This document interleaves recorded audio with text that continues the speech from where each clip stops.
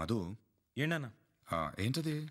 ఇది అంజలి అపారల్స్ గురించి బ్రోషర్స్ చూస్తున్నాను. ఓ, నీతో మాట్లాడాలరా. చెప్పండి అన్న. నా కోసం సారథిని ఒక విషయం అడగలరా? సారథినా? నేనెందుకు నాన్న? మీరు అడిగితే కాదంటాడా? కాదనడు, కానీ సారథికి చెప్పడం తప్ప అడగడం నాకు అలవాట్లేదురా. ఏంటి నాన్న? సారథికి అంజలిని పెళ్లి చేసుకోవడం ఇష్టమో కాదో కనుక్కో. సారథ్తోనా? అయినా దాని పెళ్లికి అంత అర్జెంట్ ఏమొచ్చింది? రిషి గురించి కంగారు పడుతున్నారా? రిషి నీకెలా తెలుసు? మీ అకౌంట్ నుంచి 100 రూపాయలు డ్రా చేస్తేనే మన కంపెనీలో పనిచేసే క్లర్క్ కూడా తెలుస్తుంది. అలాంటిది మీరు ₹1 కోటి రిషికి ఇస్తే నాకు తెలియకుండా ఉంటుందా నాన్న? నాన్న ఇలా అంటున్నా నేను ఏమనుకోవద్దు.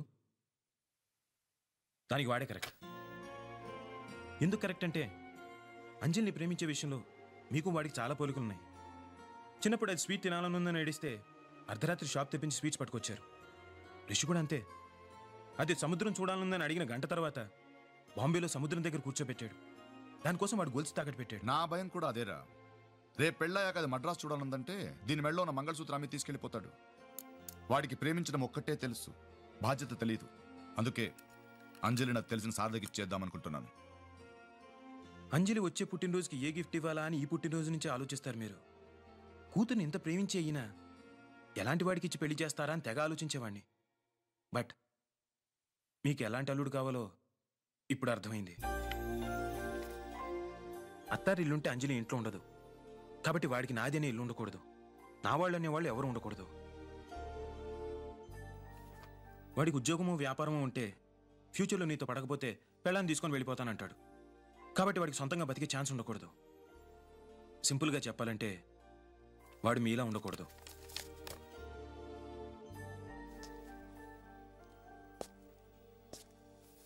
నేను అదృష్టవంతుడే నాన్న. నేను కూడా మీ అంత తెలివైన వాడిని ఉంటే మనం ఇన్నాళ్ళు కలిసి ఉండేవాళ్ళం కాదు. సారథి,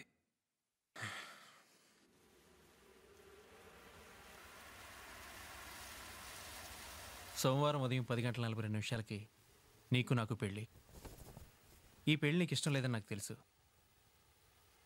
నాకు ఇష్టం లేదు. ఎందుకంటే ఇప్పటిదాకా మీ నాన్నను పొద్దున్న 9 నుంచి సాయంత్రం 5 దాకానే సార్ అని పిలుస్తున్నాను. నేను పెళ్లి చేసుకుంటే 24 గంటలు సార్ అనే పిలవాల్సి వస్తుంది. వీటన్నిటికంటే ఇంపార్టెంట్ విషయం ఏంటంటే నువ్వు రిషిని ప్రేమిస్తున్నావు. నాకు నా జీవితం ముఖ్యం. అయినా ఎవరినో ప్రేమించిన అమ్మాయిని పెళ్లి చేసుకోవాల్సిన కర్మ నాకేంటి? సారీ, నా ఫీలింగ్ చెప్పాను. ఇదే విషయం మా డాడీతో చెప్పొచ్చుగా. మీ ఫాదర్ ఫుట్పాత్ మీద ఉన్న నన్ను ఈ రేంజ్కి తీసుకొచ్చారు. ఇప్పుడు ఈ పెళ్లి ఇష్టం లేదని చెప్తే 5 నిమిషాల్లో మళ్ళీ నన్ను అక్కడికి పంపించేయగలరు. ఏంటి, నమ్మట్లేదా? మీ నాన్న నీ కోసం ఏవైనా చేస్తాడు. జస్ట్ నేను వదిలేయమని చెప్పడానికి రిషి ₹1 కోటి ఇచ్చాడు తెలుసా? అఫ్కోర్స్ వాడే తిరిగి ఇచ్చేశాడు. ఇన్ని కోట్లున్న మీ నాన్న డబ్బులు ఇవ్వడం గొప్ప కాదు, రిషి వెనక్కి ఇవ్వడం గొప్ప. అంత మంచివాడిని వదిలేసి మీ నాన్న నాకిచ్చి ఎందుకు చేద్దాం అనుకుంటున్నాడో నాకైతే అర్థం కావట్లేదు. అర్థం చేసుకోవాల్సిన అవసరం కూడా నాకు లేదు. అందుకే మీ నాన్నకి నేను చెప్పను. కానీ ఒక విషయం, ఈ పెళ్లి జరగకూడదు. నువ్వు రిషితో కలిసి వెళ్ళిపోతావో డైరెక్ట్గా మీ నాన్నతో మాట్లాడతావో నీ ఇష్టం. నేనొచ్చి మండపంలో కూర్చుంటాను. బట్ ఈ పెళ్లి మాత్రం జరగకూడదు. ప్రేమ నీది, ప్రాబ్లం నీది. సో ఈ పెళ్లి ఆపాల్సిన బాధ్యత కూడా నీదే.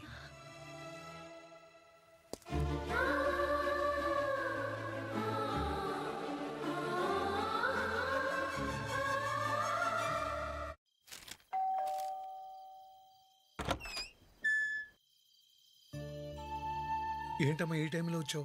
ఏం జరిగింది? రిషి ఉన్నాడా అంకుల్? లోపలికి రామ్మా. నేను రిషితో అర్జెంట్గా మాట్లాడాలి.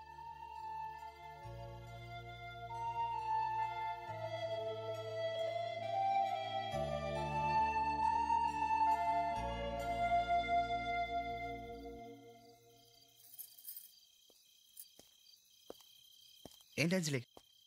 ఎందుకు చెప్పలేదు రిషి? మా డాడీ నీకు డబ్బులు ఇచ్చాడని ఎందుకు చెప్పలేదు?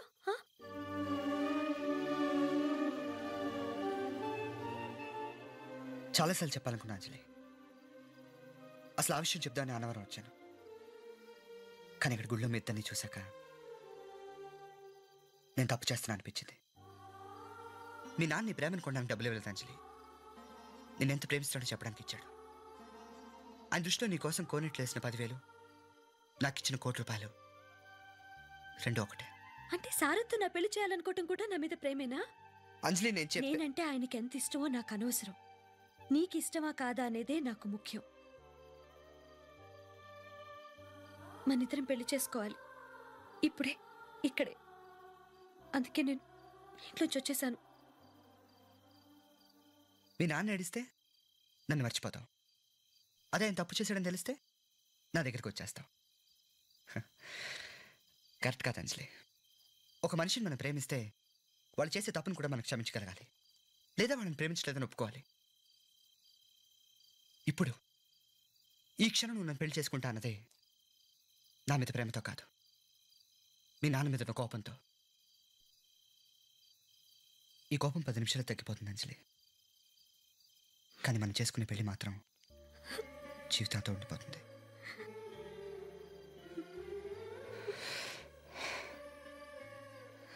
ఒక్క మాట చెప్తా, గుర్తుపెట్టుకో అంజలి. మన ప్రేమించే వాళ్ళ వల్ల మనకి ఎప్పుడు చెడు జరగదు. మీ నాన్న నిన్ను ఎంతో ప్రేమిస్తున్నాడు, ఆయన వల్ల నీకు చెడు జరగదు. జరగదు. దండం. పద ప్లీజ్. నన్ను పంపించదు రిషి. రిషి ప్లీజ్. రిషి నేను వెళ్తే మళ్ళీ రాలేదు. ఏం జరగదు అంజలి. అంజలి ఏం కాదు. నన్ను పంపించదు రిషి. ఊరుకో అంజలి, ఊరుకో. రిషి ప్లీజ్. నన్ను అంజలి, ఏం కాదు, ఏం కాదు అంజలి. నా మాట విను ప్లీజ్. నాన్న అను వాళ్ళ ఇంటికి కూడా ఫోన్ చేశాను. అంజలి అక్కడ కూడా. సరే, ఆ సారథి ఎక్కడున్నాడు కనుక్కో.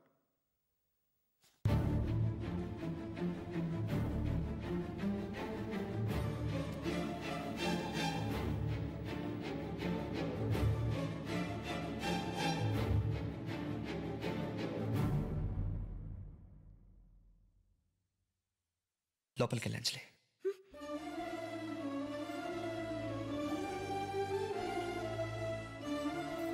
పర్లేదు, లోపలికి వెళ్ళు.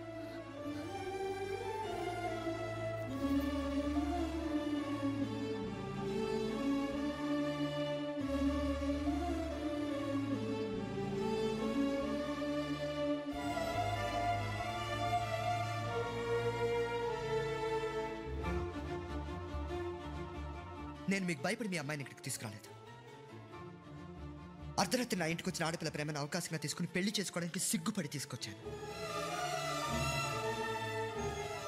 నిజం, అది ప్రేమ కంటే కూడా గొప్పది. దాన్ని నమ్మే అంజలిని ఇక్కడ వదిలేళ్తున్నాను. మీరు అంజలి పెళ్లి సారథితో చేయడమే కరెక్ట్ అయితే నేను ఆపాలనుకున్న పెళ్ళి ఆగదు. అదే తప్పైతే ఎవ్వరు ఏం చేసినా పెళ్లి జరగదు.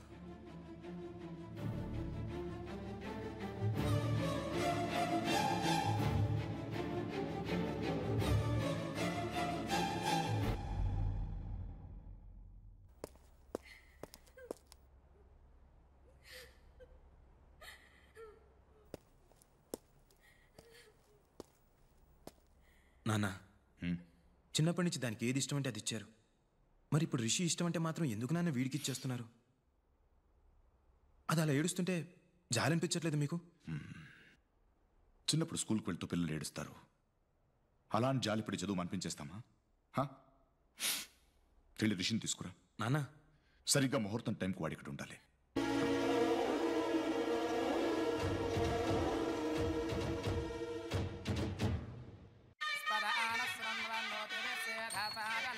Sharma. Hello sir. Thank you. Hello. Hello sir. Hello sir. రండి. బాగున్నారా? బాగున్నాను సార్. అమ్మా, ముహూర్తం సమీపిస్తోంది. పెళ్లి కుమార్తెను తీసుకురండి.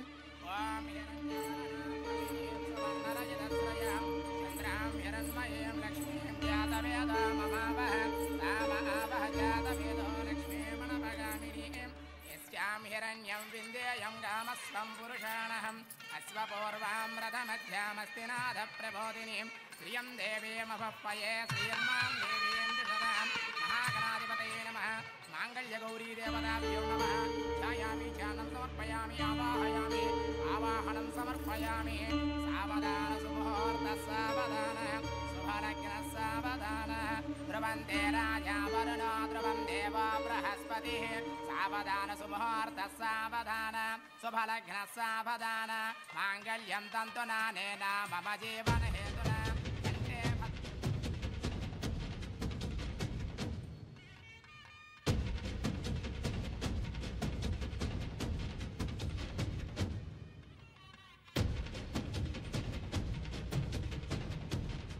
బాబు తాళి కట్టండి. కంఠే బధ్నామి సుభగే సారథి ఒక్క నిమిషం.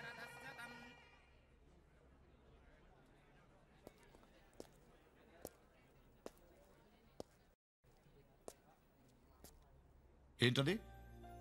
నేను చేసేది కరెక్ట్ అయితే ఈ పెళ్లి జరుగుతుంది, తప్పైతే పెళ్లి ఆగిపోతుంది. బాగుంది.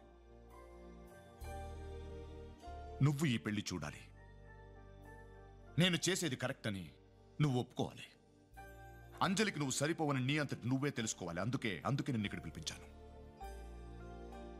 చూడు, అతిథులు, అక్షంతులు, తాళిబొట్టు, తలంబ్రాలు, మండపం, మంత్రాలు అన్ని ఉన్నాయి. ఏం లేదు, నీ పెళ్లి ఆగిపోతుంది. చెప్పు. ముహూర్తం, అతిథులు, అక్షంతులు, తాళిబొట్టు, తలంబ్రాలు అన్నిటికంటే అవసరమైంది ముహూర్తం.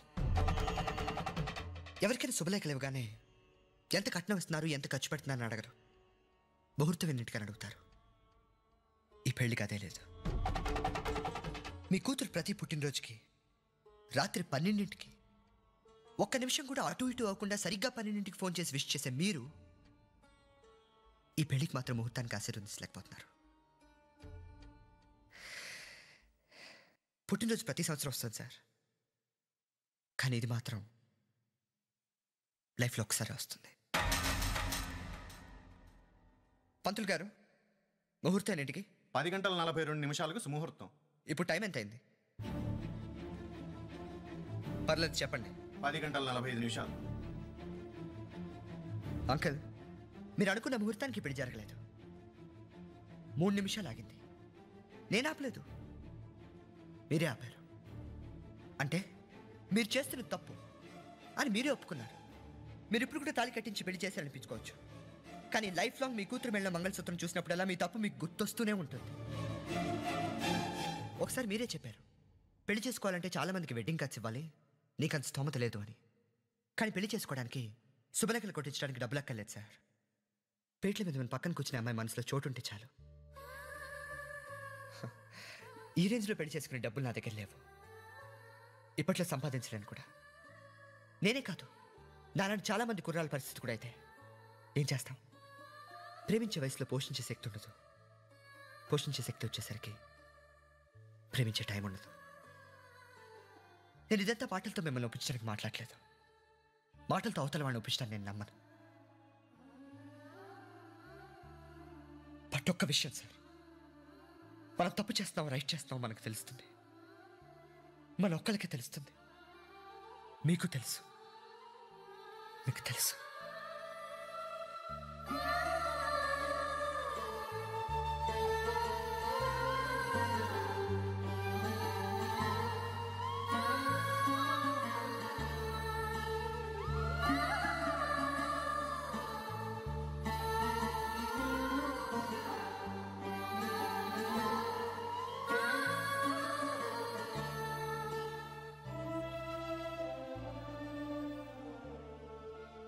తర్వాత ఏం జరిగిందిరా?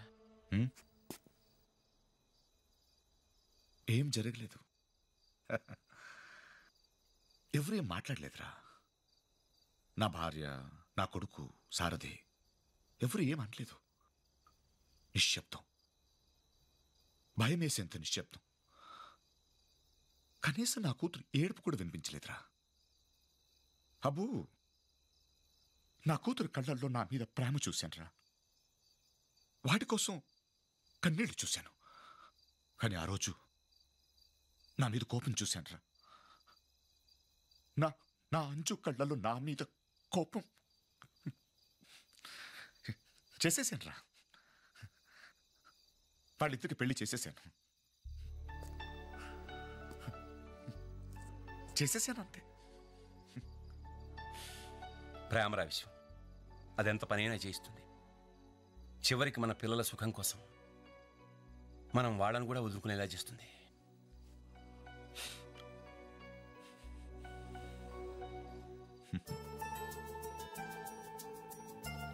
రిషి, మన మొదటి రాత్రి ఎక్కడ జరగాలనుకున్నానో తెలుసా?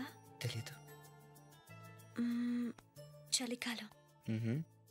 చంద్రుడు కూడా మబ్బుల చాటు నుంచి బయటికి రావడానికి భయపడేంత చలికాలం.